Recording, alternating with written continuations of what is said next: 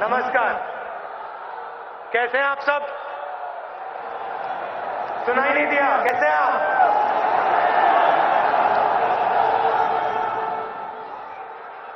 Manmohan Singh ji, mood अच्छा है? अच्छा है। मनमोहन सिंह जी, श्रीमती सोनिया गांधी जी, मोतीलाल वोरा जी, गुलाम नबी आजाद जी, मल्लिकार्जुन खड़गे जी, पीसी चाको जी, अजय माकन जी, स्टीयरिंग कमेटी के हमारे सब मेंबर्स, विदेश से जो फॉरेन डेलीगेट्स आए हैं, AICC members, PCC delegates, frontal organisation के हमारे सब कार्यकर्ता, पार्टी के कार्यकर्ता, मीडिया से हमारे जो दोस्त आए हैं, आप सबका यहां दिल से बहुत बहुत स्वागत। नमस्कार।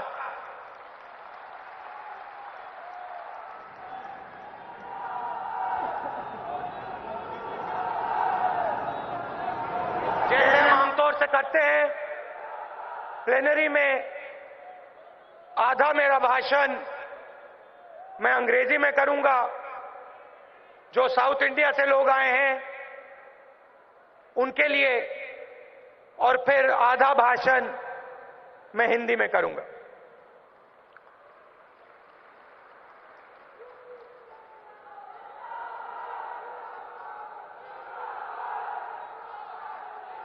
Thousands of years ago, there was a great battle, a huge battle on the fields of Kurukshetra. The Kauravas were powerful, extremely well organized, and arrogant. They had money and numbers on their side. They fought a small army led by the Pandavas. The Kauravas were drunk with power and believed they were the greatest. The Pandavas were humble. They didn't speak much. They spoke softly. There were 5 brothers who had recently lost everything. But unlike the Kauravas,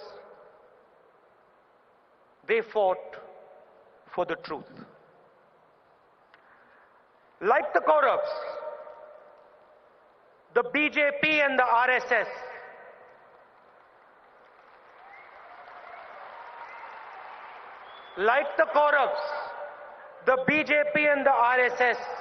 are designed to fight for power. Like the Pandavas, the Congress is designed to fight for the truth. The people of this country will accept a lying BJP leadership drunk with power, because they know that is what the BJP is designed for. They will accept a man accused of murder as the president of the BJP. But the people will never accept the same in the Congress party.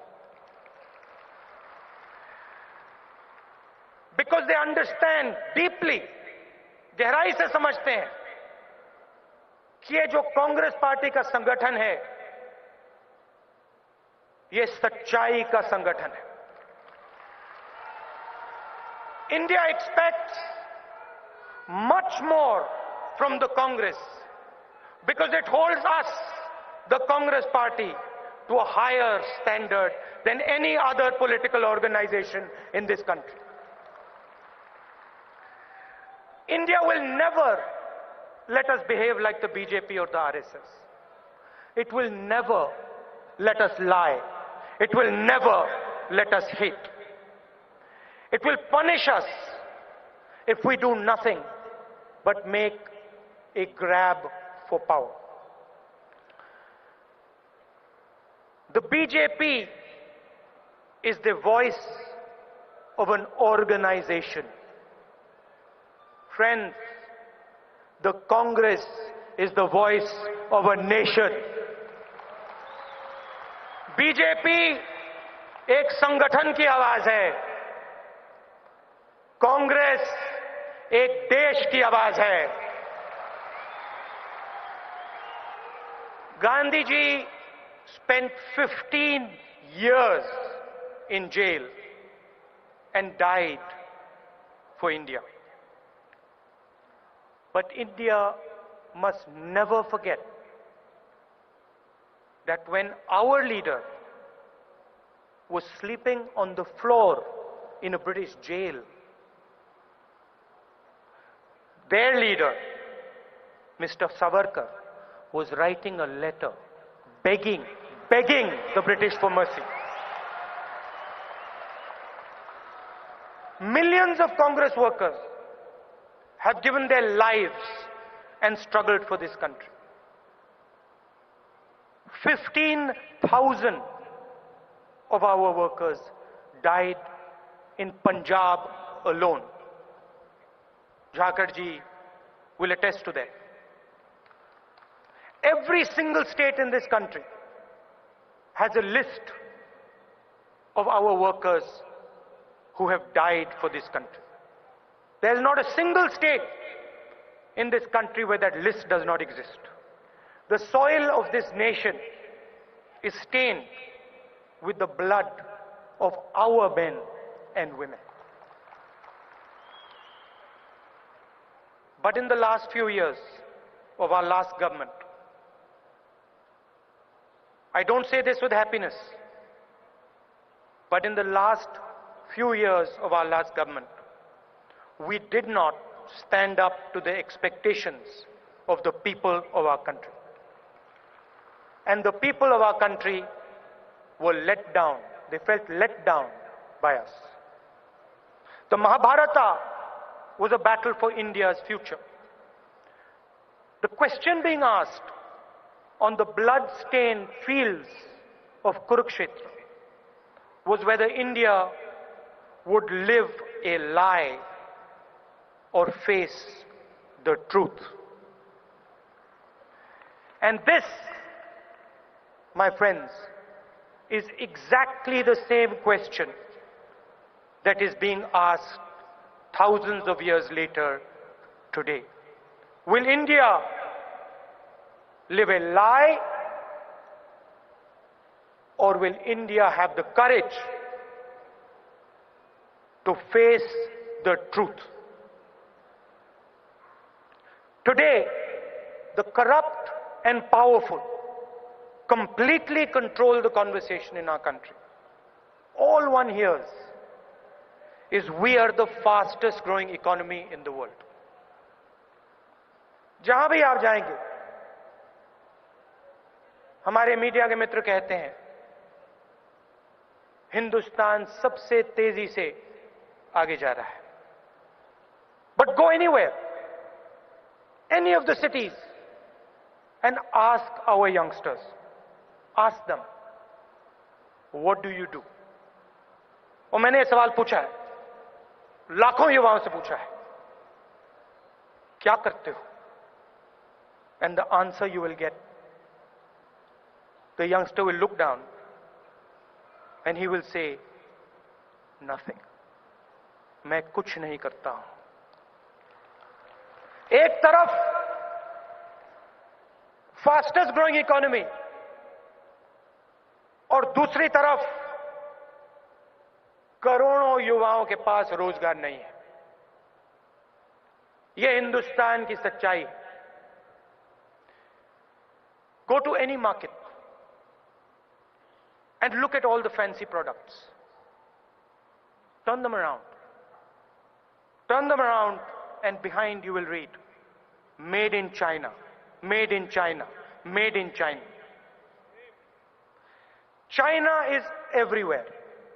It's in our shops. It's in Doklam, in Nepal, in the Maldives, in Burma, in Pakistan, in Sri Lanka. If you're rich, you can make billions selling Chinese products to our hardworking people. You can steal 33,000 crore rupees from the banks, and the BJP government will protect you. The finance minister will go silent because he and his daughter work for crony capitalists. If you're from the middle class, you can spend your entire life trying to buy these products. And if you're poor, your only choice is to be a contract laborer, a farmer, or an unemployed youngster. You're then destined to live in a new phenomena. You're destined to live in Modi's Maya.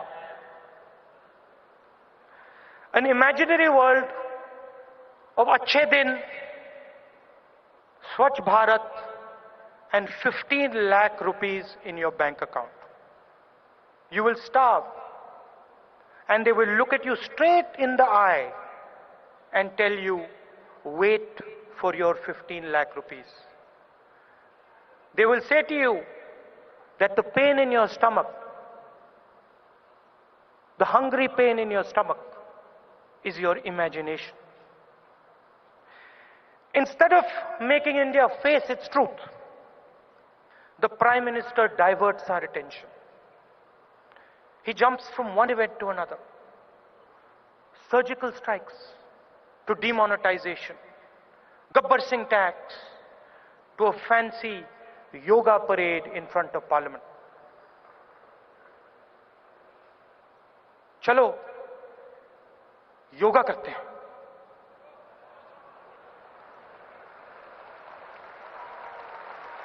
रोजगार नहीं है, किसान मर रहे हैं, चलो India gate के सामने योगा करते हैं। When it's important for the PM to speak, he goes silent. And then he stops us, the rest of the country, from speaking. But we do not work for the rich and powerful. We in the Congress are the servants of the people. No one, no matter how powerful, can silence us, can silence the Congress party from seeking justice for the people of India. No one can silence us from speaking the truth. For thousands of years, the ideas the RSS defends have crushed our people. It was these very ideas that made Ambedkar ji go thirsty on his bullock cart ride to Koregaon. The ideas that the RSS defends ensured that a touchable person had to open the tap for him in school so he could drink water.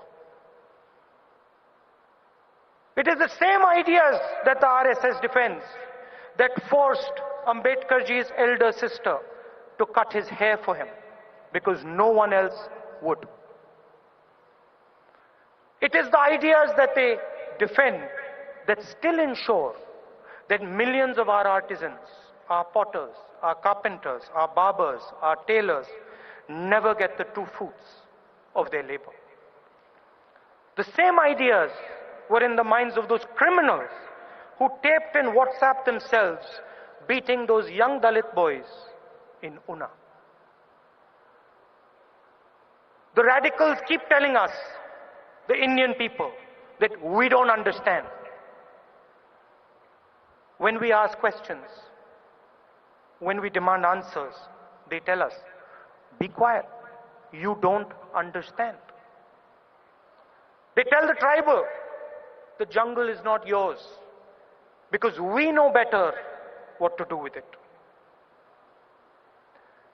They tell the millions of Muslims who never went to Pakistan and supported our great nation, you don't belong here. They tell the Tamils, change your beautiful language. They tell the people from the Northeast, we don't like what you eat. They tell women, dress properly or we'll thrash you. They told Gauri Lankesh and Kalburgi, question us and you will die. They tell our honest businessmen to shut up and allow corrupt officers to extort their hard-earned money. They tell our farmers to work for nothing. Meanwhile, Nirav Modi, who carried out India's biggest theft, has the same name as our Prime Minister. It's interesting. It's an interesting fact. There's more. The most corrupt man in cricket also shares the same name with our Prime Minister. So what does Modi actually mean? What does Modi actually mean? The name Modi symbolizes the collusion between India's biggest crony capitalists and the Prime Minister of India. Modi gives Modi 30,000 crores of your money, and in turn, Modi gives Modi money for marketing Modi and winning elections. That, my friends, is what is going on. Now a little bit in Hindi. अब थोड़ा सा मैं हिंदी में बोलता हूं.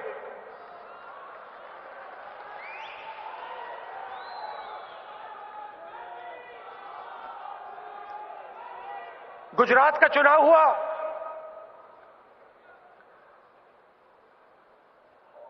और वहां काफी लोगों ने कहा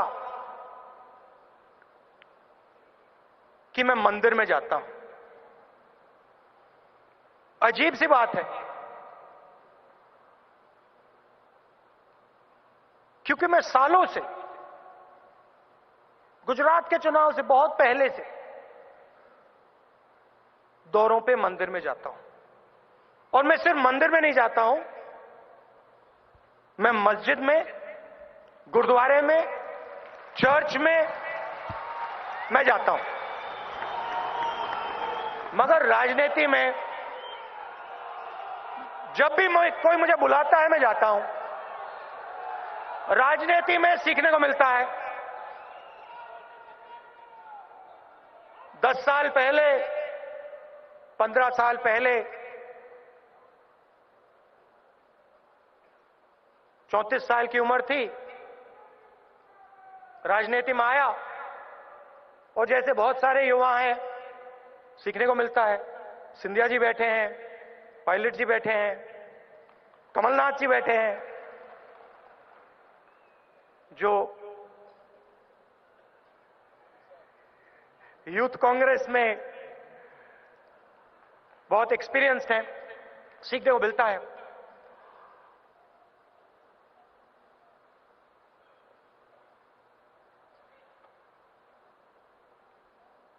दो मंदिरों की मैं आपको कहानी बताना चाहता हूं. इजाजत है?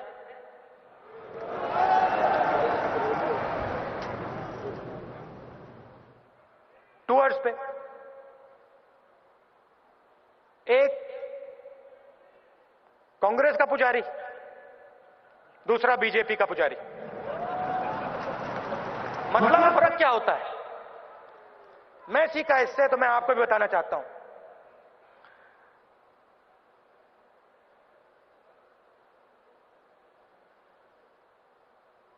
पहला मंदिर,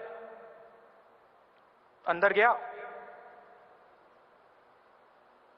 शिव का मंदिर था, पूजा हो रही थी, पंडित जी बैठे थे। पूजा खत्म हुई, अलग अलग चीजें की। सवाल पूछने की आदत है, तो मैंने पंडित जी से पूछा, करण सिंह जी से भी बहुत पूछता हूं। पंडित जी से मैंने पूछा, गुरुजी ये आप बताइए आपने किया क्या?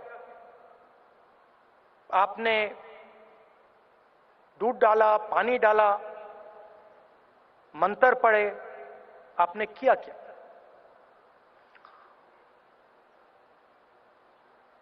बेटा समझना चाहता है? हां गुरुजी। अच्छा ये सिक्योरिटी वाले हैं, इनको परे कर, मैं बताता हूं। परे किया। अच्छा इधर आ, खड़ा हो जा, पीछे दीवार होती है मंदिर के पीछे, उस पे खड़ा हो गया। कहता है मत्था लगा। तो मैंने ऐसे मत्था लगा। फिर कहता है अब अच्छी तरह बात सुन। पहली बात, मैं यहां का नहीं हूं, मैं कश्मीर का हूं। इन लोगों को बताइए मत।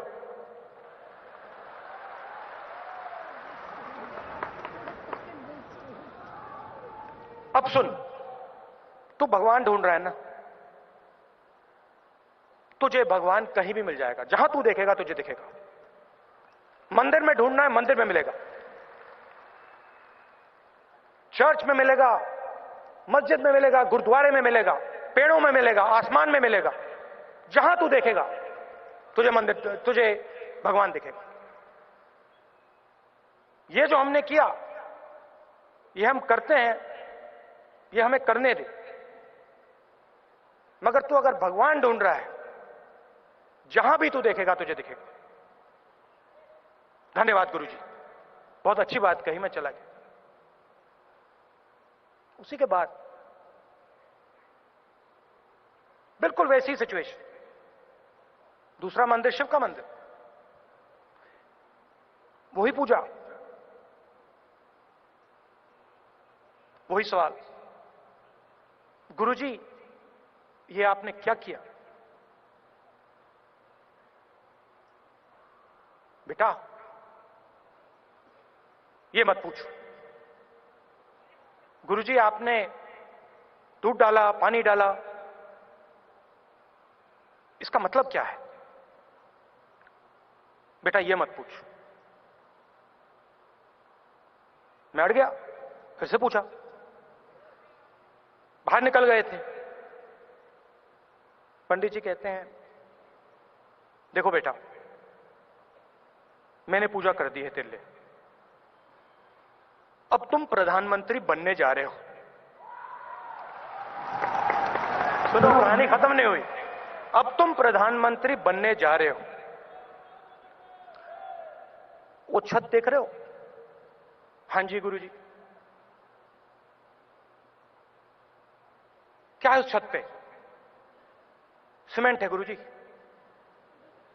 ऐसे करना, जब तुम प्रधानमंत्री बन जाओगे उस छत पे सोना लगा देना।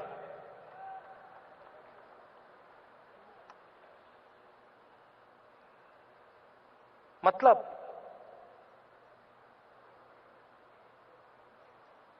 एक व्यक्ति सच्चाई कहता है, हमारा भगवान मंदिर में है, हमारा भगवान पूरी दुनिया में है, मस्जिद में है, चर्च में है, गुरुद्वारे में है, सब जगह है। और हम सच्चाई के सिपाही हैं। बीजेपी की राजनीति में बीजेपी का जो धर्म है वो सिर्फ सत्ता को छीनने के लिए है। हम लड़ते हैं, हम खड़े होते हैं, जनता के लिए खड़े होते हैं। मैंने अंग्रेजी के भाषण में बोला,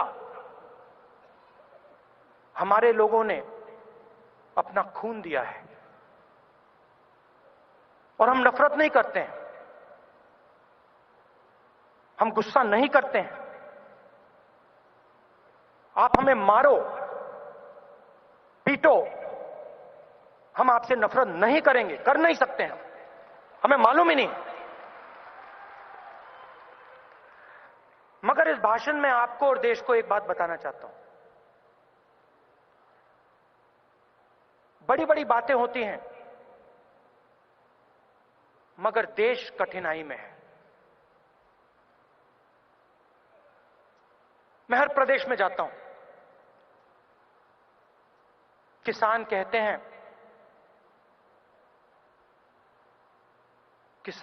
हैं कि हम जी नहीं सकते हैं।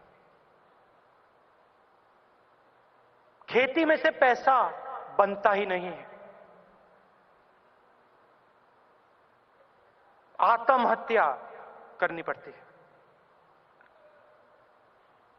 दूसरी तरफ करोड़ों युवा बेरोजगार, रास्ता नहीं दिख रहा है, समझ नहीं आ रही है क्या करना है। 4 साल पहले नरेंद्र मोदी जी पे इन लोगों ने भरोसा किया था। मैंने योगा का मजाक उड़ाया, मगर वो सच्चाई है। जो भरोसा उन्होंने मोदी जी पे किया, वो टूट गया है, पूरी तरह टूट गया, खत्म हो गया है। और देश का युवा सवाल पूछ रहा है कि रोजगार की जो समस्या है, और ये सबसे बड़ी समस्या है, पहले नंबर पे रोजगार, दूसरे नंबर पे किसान। देश का युवा पूछ रहा है कि रोजगार की समस्या को कैसे हल किया जाएगा। और एक ही संगठन है, इस पूरे देश में एक ही संगठन है, मैं बता रहा हूं आपको, ये हाथ वाला संगठन, ये हिंदुस्तान की शक्ति का संगठन, जो युवाओं को इस देश में रोजगार दे सकता है। और कोई संगठन है ही नहीं। मगर उस काम को पूरा करने के लिए इस संगठन को बदलना पड़ेगा। और शायद आप में से कुछ लोगों को यह बात अच्छी ना लगे, मगर मुझे ये कहनी पड़ेगी, इस संगठन को बदलना पड़ेगा। कैसे बदलना पड़ेगा मैं बताता हूं। वो जो पीछे हमारे कार्यकर्ता बैठे हैं, उनमें ऊर्जा है, शक्ति है, देश को बदलने की शक्ति है। मगर उनके बीच में और हमारे नेताओं के बीच में एक दीवार खड़ी है।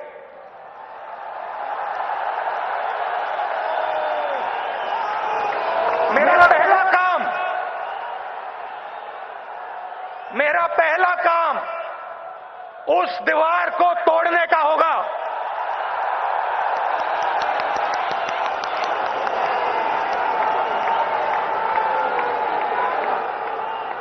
गुस्से से नहीं, प्यार से। और जो हमारे सीनियर नेता हैं, उनकी इज्जत रखकर, उनसे प्यार कर हम ये दीवार तोड़ेंगे।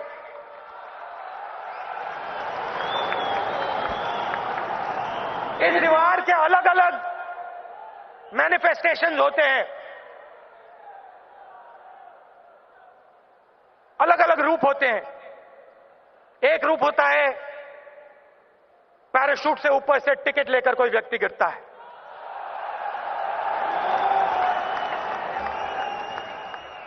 दूसरा रूप होता है 10-15 साल कार्यकर्ता खून पसीना देता है और फिर टिकट से पहले उसको कहा जाता है, भैया तुम कार्यकर्ता हो, तुम्हारे पास पैसा नहीं है, तुम्हें टिकट नहीं मिलेगा।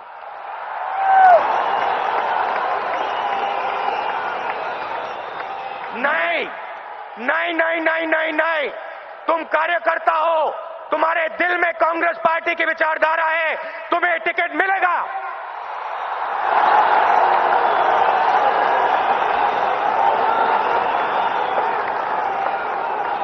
और गुजरात में हमने छोटा सा उदाहरण दिया, बड़ा नहीं, छोटा सा।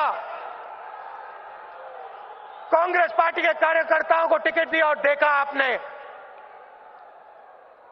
नतीजा देखा, मोदी जी सी प्लेन में उड़ते हुए दिखाई दिए थे। जिस दिन कांग्रेस पार्टी के कार्यकर्ता को हमने सचमुच में शक्ति दे दी, सी प्लेन छोड़ो, सबमरीन में दिखाई देंगे।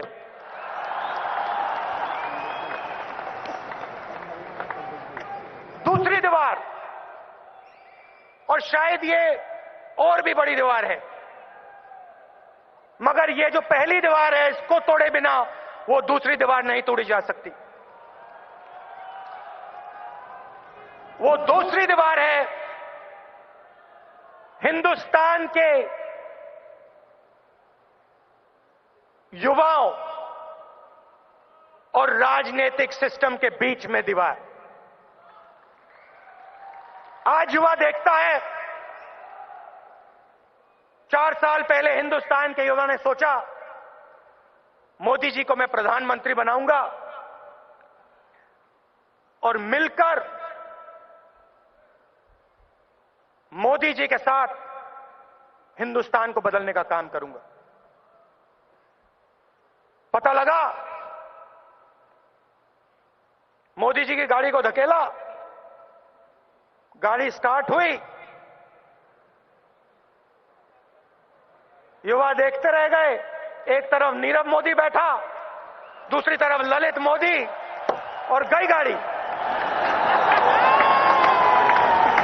और युवा देखता रह गया, ये हुआ क्या भैया? मैंने तो बदलाव की बात की, मैंने गाड़ी को धकेला।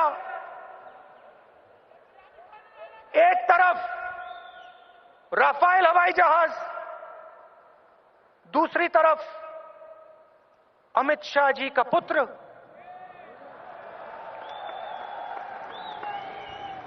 और मोदी जी हाई स्पीड गाड़ी में फटाक से गए अमेरिका। तो वो दीवार तोड़नी है। और मैं हिंदुस्तान के युवाओं से कहना चाहता हूं, आप ये स्टेज देखो, बाकी सब राजनीतिक संगठनों की ऐसी मीटिंग आप देख लो, आपको किसी भी मीटिंग में ऐसा खाली स्टेज नहीं दिखाई देगा। हिंदुस्तान के युवाओं जो कांग्रेस पार्टी में हैं और बाहर हैं, ये स्टेज आपके लिए मैंने खाली किया है।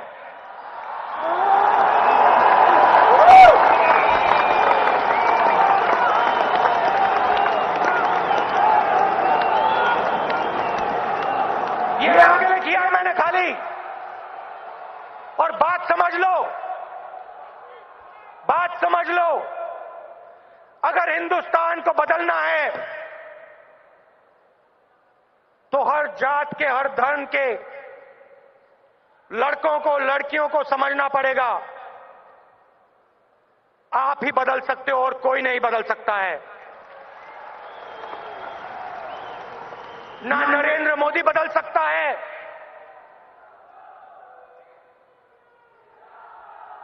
आपके बिना, आपकी शक्ति के बिना इस देश को बदला नहीं जा सकता है। सीधी सी बात है। और इसलिए मैंने ये स्टेज आपके लिए खाली किया है।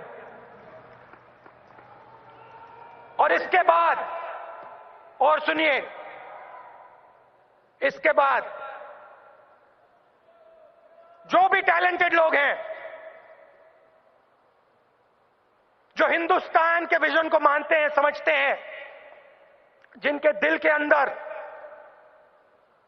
हिंदुस्तान की आग जलती है, करोड़ों लोग हैं, हिंदुस्तान में है, अमेरिका में है, अलग अलग देशों में है। मैं आपको कहना चाहता हूं, इस स्टेज को आपसे मैं भरूंगा। आपको लेकर घसीट घसीट कर यहां लाऊंगा। जो टैलेंटेड लड़के हैं, लड़कियां हैं इस देश में, जैसे 70-80 साल पहले आप कांग्रेस पार्टी को देखते, महात्मा गांधी,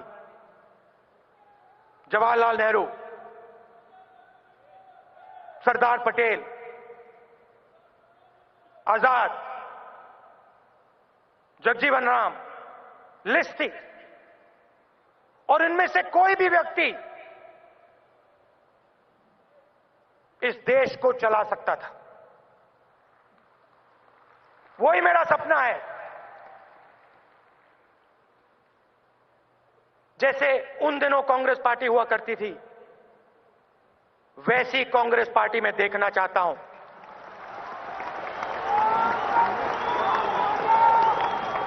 सीनियर नेता हैं, आपकी जगह है।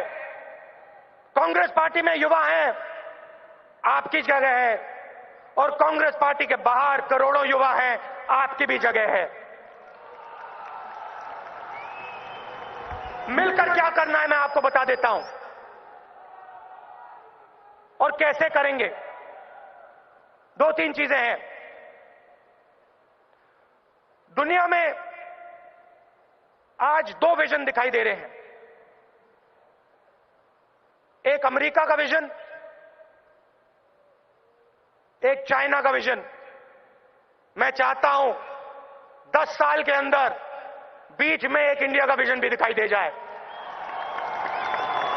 कि पूरी दुनिया के है, हां भैया ये तरीका है, ये तरीका है, मगर सबसे अच्छा तरीका ये तरीका है, बीच वाला, भाईचारे का, अहिंसा का, प्यार का। करने के लिए युवाओं को रोजगार। सीधी सी बात है, चाइना के साथ कंपटीशन है। 30,000 24 घंटे में रोजगार देते हैं। प्यार से मुकाबला करना है, दुश्मनी से नहीं, नफरत से नहीं, मगर प्यार से। रोजगार कैसे आएगा? हर डिस्ट्रिक्ट में कोई ना कोई चीज बनती है। यूपी को देख लीजिए, कानपुर, मिर्जापुर, मुरादाबाद, लखनऊ, कोई भी डिस्ट्रिक्ट देख लीजिए, शिवकाशी, शिवकाशी। स्किल्स की हिंदुस्तान में कोई कमी नहीं है, इंटेलिजेंस की हिंदुस्तान में कोई कमी नहीं है, ऊर्जा की हिंदुस्तान में कोई कमी नहीं है। कमी एक है, जिसके पास स्किल्स हैं, जिसके पास ऊर्जा है, उसके पास बैंक लोन नहीं है, उसके पास टेक्नोलॉजी नहीं है। तो जो हमारा स्किल्स का ढांचा है, हर डिस्ट्रिक्ट में हम उसको बैंक के पैसे से और टेक्नोलॉजी से जोड़ने का काम करेंगे। दूसरी बात, आज किसान अनाज उगाता है, सब्जी उगाता है, ज्यादा से ज्यादा खराब हो जाता है। यूपी के सड़कों पे आलू दिखाई देते हैं,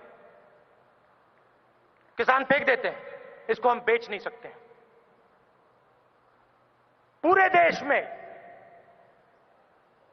कांग्रेस पार्टी फूड पार्क्स का नेटवर्क लगाएगी, बिछाएगी, फैलाएगी।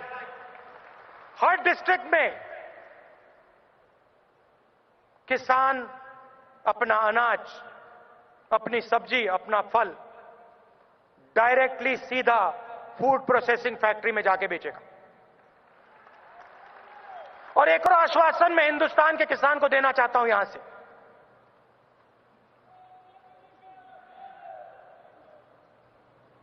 आपने इस देश को बनाया है,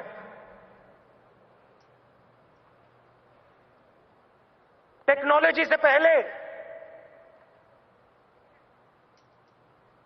बड़े बड़े उद्योगों से पहले आपके खून पसीने ने इस देश को बनाया है। और यह देश उस बात को कभी नहीं भूलने वाला है। हमारी सरकार आएगी, हम आपकी रक्षा करेंगे, दिल से आपकी रक्षा करेंगे।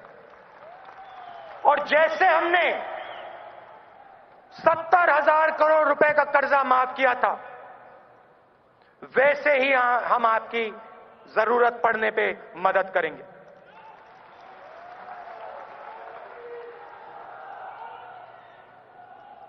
कांग्रेस पार्टी सबकी पार्टी है, और अगर रोजगार की जरूरत है और किसानों को रक्षा की जरूरत है, तो तीसरा सबसे बड़ा काम शिक्षा का है। आज व्यापम स्कैम को पूरे हिंदुस्तान में फैलाया जा रहा है। दिल्ली में युवा धरना दे रहे हैं, क्वेश्चन पेपर बिकता है और एक नई जात बन रही है। वे लोग जो क्वेश्चन पेपर को खरीदकर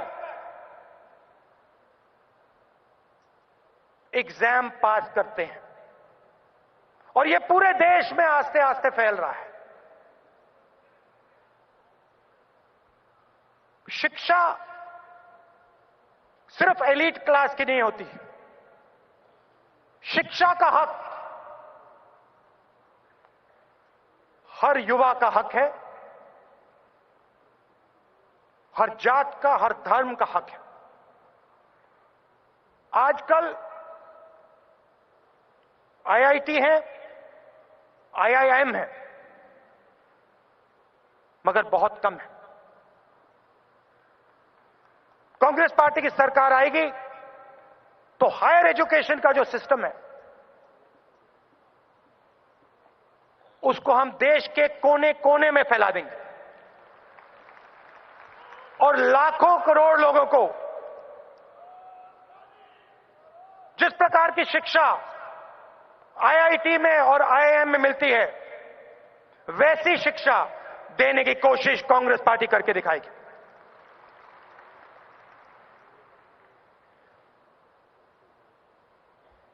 पूरे देश में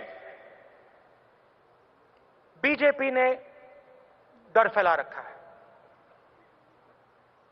प्रेस के लोग डरते हैं, और पहली बार हमने देखा 70 साल में, यह कभी पहले देखने को नहीं मिला। हिंदुस्तान की जनता न्याय लेने कोर्ट में जाती है। पहली बार हमने देखा सुप्रीम कोर्ट के 4 जज न्याय लेने जनता की ओर दौड़ रहे हैं। ये आरएसएस के संगठन का काम है। कांग्रेस पार्टी और आरएसएस में एक बहुत बड़ा फर्क है। हम हिंदुस्तान के इंस्टीट्यूशंस की इज्जत करते हैं, वो हिंदुस्तान के इंस्टीट्यूशंस को खत्म करना चाहते हैं। वो सिर्फ एक इंस्टीट्यूशन चाहते हैं, आरएसएस। और वो चाहते हैं कि हिंदुस्तान के सब इंस्टीट्यूशन आरएसएस के नीचे काम करें, चाहे वो जुडिशरी हो, चाहे वो पार्लियामेंट हो, पुलिस हो, कोई भी इंस्टीट्यूशन हो। और सच्ची लड़ाई ये लड़ाई है। हम हमारे इंस्टीट्यूशंस की रक्षा करेंगे। हम पीछे नहीं हटेंगे। प्रेस वाले हमारे बारे में भी, कांग्रेस पार्टी के बारे में भी खराब लिखते हैं, कभी कभी गलत भी लिखते हैं, मगर मैं स्टेज से आपको आश्वासन देना चाहता हूं, हम आपकी रक्षा करेंगे। आप जितना भी खराब लिखना चाहते हो हमारे बारे में लिखो, मगर कांग्रेस पार्टी का ये जो हाथ है, ये आपकी रक्षा करेगा। जब आरएसएस आपको मारेगी, दबाएगी, काटेगी, ये हाथ आपकी रक्षा करेगा, ये लोग आपकी रक्षा करेंगे।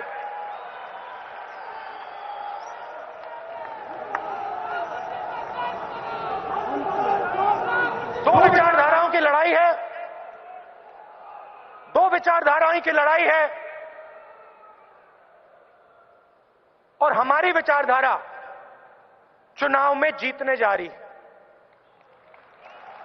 आपने देखा होगा, एक के बाद एक बीजेपी चुनाव हार रही।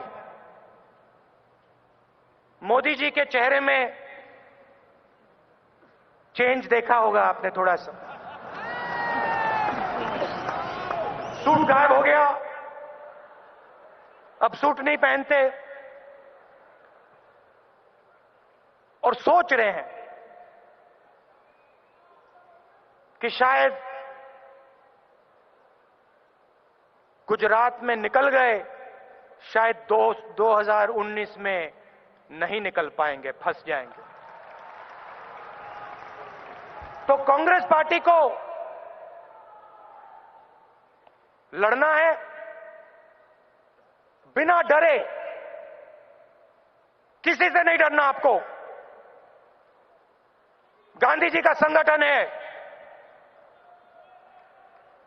शेरों का संगठन है ये।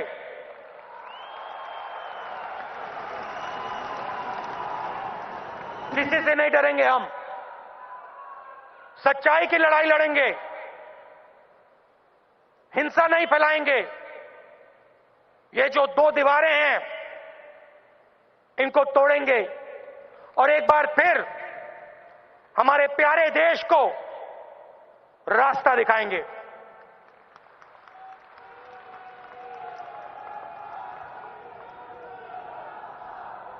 आपने,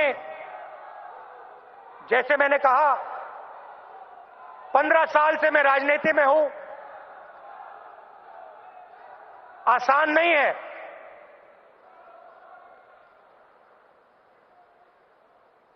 झटके पड़ते हैं, ठोकर पड़ती है, चोट लगती है, और मैं समझता हूं, मुझे भी लगती है, आपको भी लगती है, मगर इससे हम सीखते हैं, समझते हैं, और जब भी हमें ठोकरें लगती है, दर्द होता है, चोट लगती है, तो जो हिंदुस्तान की आत्मा है, हिंदुस्तान की जो आवाज है, उसके हम पास जाते हैं, जाना पड़ता है। तो आस्ते आस्ते राजनीति ही हमें सिखाती है। गलतियां भी होती हैं, सब करते हैं, मैं करता हूं, आप करते हैं, मगर आरएसएस और बीजेपी में हम में एक फर्क है। हम मान लेते हैं, हम कहते हैं हां हमने गलती की, फिर से नहीं करेंगे। वो मानते नहीं हैं, वो सुनते नहीं। डिमोनेटाइजेशन करेंगे, पूरी दुनिया कह दे गलती की, मोदी जी आंसू बह देंगे, मगर ये नहीं मानेंगे कि गलती की। मैं आपको बताता हूं, मनमोहन सिंह जी बैठे हैं, हमारे सीनियर नेता बैठे हैं, एंटनी जी बैठे हैं। अगर ऐसी गलती, कांग्रेस पार्टी ऐसी गलती कभी नहीं करेगी, मगर गलती ऐसी की होती तो 1 मिनट में हमारे सब नेता कहते हैं हां हमने गलती की, अब इसको ठीक करते हैं। 1 मिनट में करोड़ों लोगों को चोट मारी, मगर यह नहीं कह सकते कि भैया हमने गलती की। गब्बर सिंह टैक्स लागू कर दिया, लाखों लोग बेरोजगार हो गए।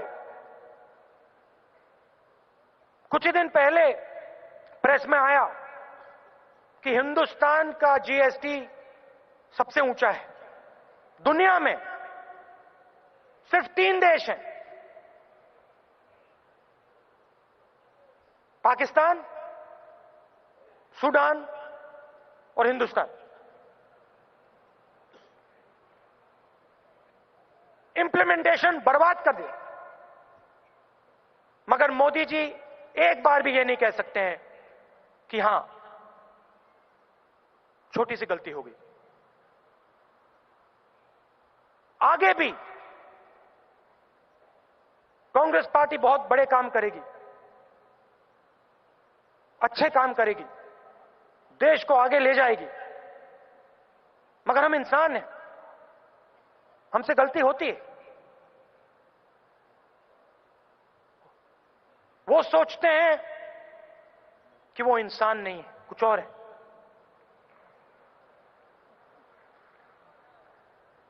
शायद मोदी जी सोचते हैं कि वो भगवान के अवतार हैं।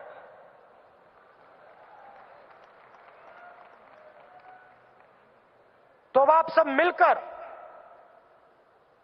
एक साथ खड़े होकर झगड़ा करना है चुनाव के बाद। प्लीज, थोड़ा सा होता है, मगर अब अगले 6-7 महीने के लिए थोड़ी कड़ी डिसिप्लिन चलेगी, थोड़े झटके लगेंगे।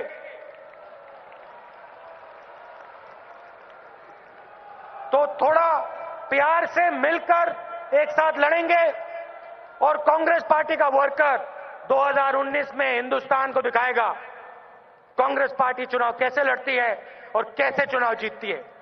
आप सबका दिल से बहुत बहुत धन्यवाद। नमस्कार, जय हिंद।